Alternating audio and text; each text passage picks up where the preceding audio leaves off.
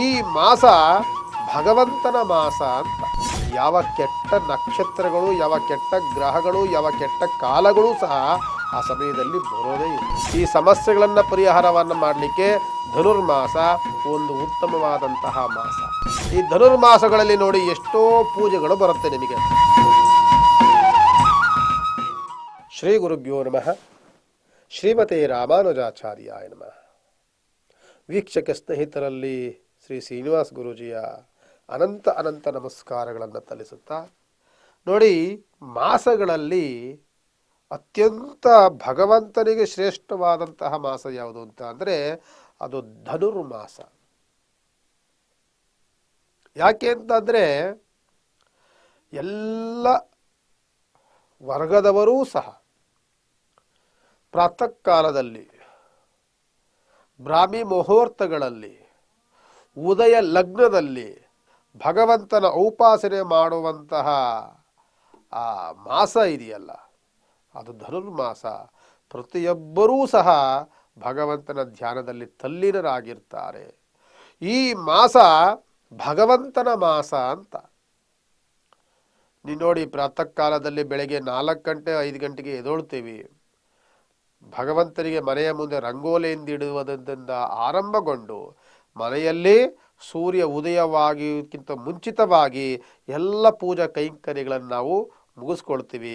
ಯಾಕೆ ಅಂತ ಅಂದರೆ, ನೀವು ತಿಳ್ಕೊಳ್ಳಿ, ಪ್ರತಿದಿನವೂ ಸಹ ಬೆಳಗ್ಗೆ 6 ಗಂಟೆ ಮಾಡುವಂತಹ ಪೂಜೆ ಪುರಸ್ಕಾರಗಳು ಇದೆಯಲ್ಲ, ಯಾವ ಕೆಟ್ಟ ನಕ್ಷತ್ರಗಳು, ಯಾವ ಕೆಟ್ಟ ಗ್ರಹಗಳು, ಯಾವ ಕೆಟ್ಟ ಕಾಲಗಳು ಸಹ ಆ ಸಮಯದಲ್ಲಿ ಬರೋದೇ ಇಲ್ಲ.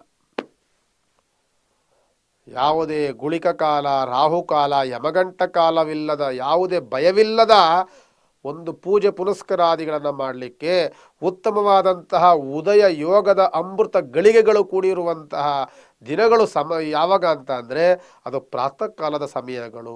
ಆ ಪ್ರಾತಃ ಕಾಲದ ಸಮಯಗಳನ್ನು 1 ತಿಂಗಳು ಮಾಡುವಂತಹ ದಿನ ಬರುವಂಥದ್ದು ಅದು ಧನುರ್ಮಾಸದ ದಿನ. ಡಿಸೆಂಬರ್ 16ನೇ ತಾರೀಕು ಆರಂಭಗೊಂಡ್ರೆ ಜನವರಿ 14ನೇ ತಾರೀಕಿನವರೆಗೂ ಸಹ ಈ ಧನುರ್ಮಾಸಗಳಿರುತ್ತೆ. ಈ ಧನುರ್ಮಾಸದ ಯೋಗದ ಫಲಗಳೇನು ಅಂತ ಅಂದರೆ ನಾವು ತಿಳ್ಕೊಳ್ಬೇಕಾಗ್ತದೆ. ಎಷ್ಟೋ ಜನಗಳಿಗೆ ಗ್ರಹಗತಿಗಳ ದೋಷಗಳಿರುತ್ತೆ, ಎಷ್ಟೋ ಜನಗಳಿಗೆ ಒಂದಲ್ಲ ಒಂದು ಸಮಸ್ಯೆಗಳು ಗೊಂದಲ ಗೂಡಾಗಿ ಕಾಡಿರುವಂತಹ ದಿನಗಳಿರುತ್ತೆ. ಇಂತಹ ಸಮಸ್ಯೆಗಳಿಗೆ, ಇಂತಹ ತೊಂದರೆ ತಾಪತ್ರಯಗಳಿಗೆ, ಆಗಬೇಕಾದಂಥ ಕೆಲಸಗಳ ಅಡೆತಡೆಗಳಿಗೆ ನಾವು ಮಾಡಬೇಕಾಗಿರುವಂತಹ ಪೂಜೆ ಪುನಸ್ಕಾರಾದಿಗಳು ನಿಮಗೆ ಭಗವಂತನ ಇಂಥ ದೇವ್ರ ಪೂಜೆ ಮಾಡಬೇಕು ಅಥವಾ ಯಾವುದೋ ಮನೆ ದೇವ್ರ ಪೂಜೆ ಮಾಡಬೇಕು ಅಂತಿರ್ತೀರಿ, ಅದನ್ನು ಮಾಡಿ ಅದಕ್ಕಿಂತಲೂ ಮುಚ್ಚಿನದವಾಗಿ ಎಲ್ಲ ಗ್ರಹಗತಿಗಳು ಸಹ ಒಂದೇ ರಾಶಿಯಲ್ಲಿ ಒಂದೇ ದಿನಗಳಲ್ಲಿ ಪೂಜೆ ಮಾಡುವಂಥ ದಿನಗಳು ಯಾವುದಾದ್ರು ಇದ್ದರೆ ಅದು ಧನುರ್ಮಾಸದ ಪೂಜೆಗಳು.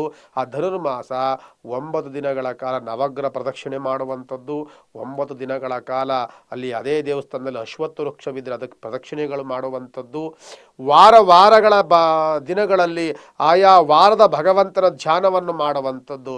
ಸೋಮವಾರ ಬಂದರೆ ಶಿವನ ಪೂಜೆಯನ್ನು ಮಾಡ್ತೀವಿ, ಮಂಗಳವಾರ ಬಂದರೆ ಗಣೇಶ ಸುಬ್ರಹ್ಮಣ್ಯ ಸ್ವಾಮಿ ಪೂಜೆಯನ್ನು ಮಾಡ್ತೀವಿ, ಬುಧವಾರ ಬಂದರೆ ಮಹಾವಿಷ್ಣು ಪೂಜೆ ಮಾಡ್ತೀವಿ, ಗುರುವಾರ ರಾಯರ ಪೂಜೆ, ಶುಕ್ರವಾರ ಮಹಾಲಕ್ಷ್ಮಿ ಮಹಾವಿಷ್ಣುವಿನ ಪೂಜೆ, ಶನಿವಾರ ಬಂದರೆ ಹನುಮಂತ ಶನಿಮಾತ್ಮನ ಪೂಜೆಗಳು.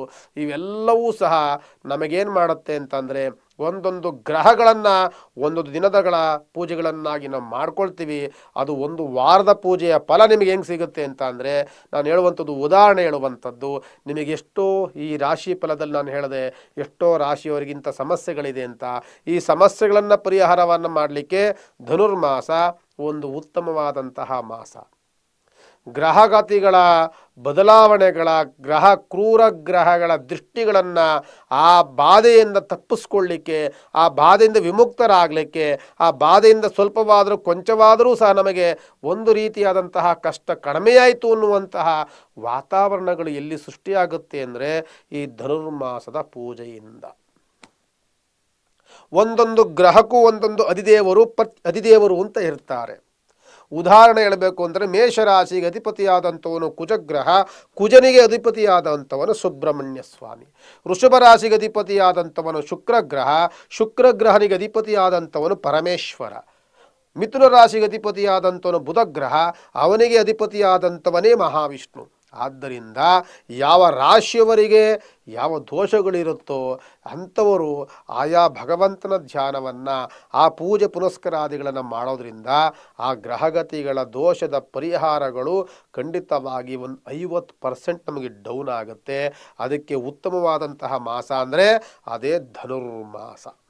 ಆದ್ದರಿಂದ ಪ್ರಾತಃಕಾಲದಲ್ಲಿ ತಾವೆಲ್ಲರೂ ಹೋಗಿ ಈ ಧನುರ್ಮಾಸಗಳಲ್ಲಿ ನೋಡಿ ಎಷ್ಟೋ ಪೂಜೆಗಳು ಬರುತ್ತೆ. ನಿಮಗೆ ಏನೇನು ಪೂಜೆ ಬರುತ್ತೆ ಅಂತ ನಾನು ಹೇಳ್ತೇನೆ ನೋಡಿ. ಧನುರ್ಮಾಸದಲ್ಲಿ ನಿಮಗೆ ಸುಬ್ರಹ್ಮಣ್ಯ ಷಷ್ಠಿ ಪೂಜೆ ಬರುತ್ತೆ, ಅದನ್ನು ಮಾಡಿ.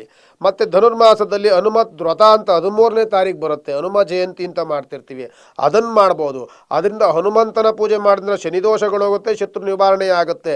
ಸುಬ್ರಹ್ಮಣ್ಯ ಸ್ವಾಮಿ ದಾನದಿಂದ ಆರೋಗ್ಯದಲ್ಲಿ ವ್ಯತ್ಯಾಸಗಳಾಗುವಂಥ ವಾತಾವರಣಗಳೆಲ್ಲವೂ ಸಹ ಆರೋಗ್ಯ ಅಭಿವೃದ್ಧಿ ಆಗುತ್ತೆ, ಶತ್ರು ಬಾಧೆಗಳ ನಿವಾರಣೆ ಆಗುತ್ತೆ, ಕುಟುಂಬ ಸೌಖ್ಯವಾಗಿರುತ್ತೆ. ಇದರ ಜೊತೆಯಲ್ಲಿ ನಿಮಗೆ ಜನವರಿ ತಿಂಗಳಲ್ಲಿ ನಿಮಗೆ ಮತ್ತು ವೈಕುಂಠ ಏಕಾದಶಿ ಬರುತ್ತೆ. ವೈಕುಂಠ ಏಕಾದಶಿ ಬರೋದ್ರಿಂದ ಮಹಾವಿಷ್ಣು ಧ್ಯಾನವನ್ನು ಮಾಡೋದ್ರಿಂದ ನಮಗೆ ವೈಕುಂಠ ಪ್ರಾಪ್ತವಾಗುತ್ತೆ, ಮಹಾವಿಷ್ಣುವಿನ ಅನುಗ್ರಹ ನಮಗೆ ಪ್ರಾಪ್ತವಾಗುತ್ತೆ. ಇದೆಲ್ಲವೂ ಯಾವ ತಿಂಗಳಲ್ಲಿ ಬರುತ್ತೆ, ಯಾವ ಮಾಸದಲ್ಲಿ ಬರುತ್ತೆ ಅಂದರೆ ಅದು ಧನುರ್ಮಾಸದಲ್ಲಿ ಬರುತ್ತೆ. ಆದ್ದರಿಂದ ಈ ಧನುರ್ಮಾಸಕ್ಕೆ ಅಷ್ಟು ಪ್ರಾಮುಖ್ಯತೆಯನ್ನು ಕೊಡ್ತಿರ್ತೀವಿ ನಾವು.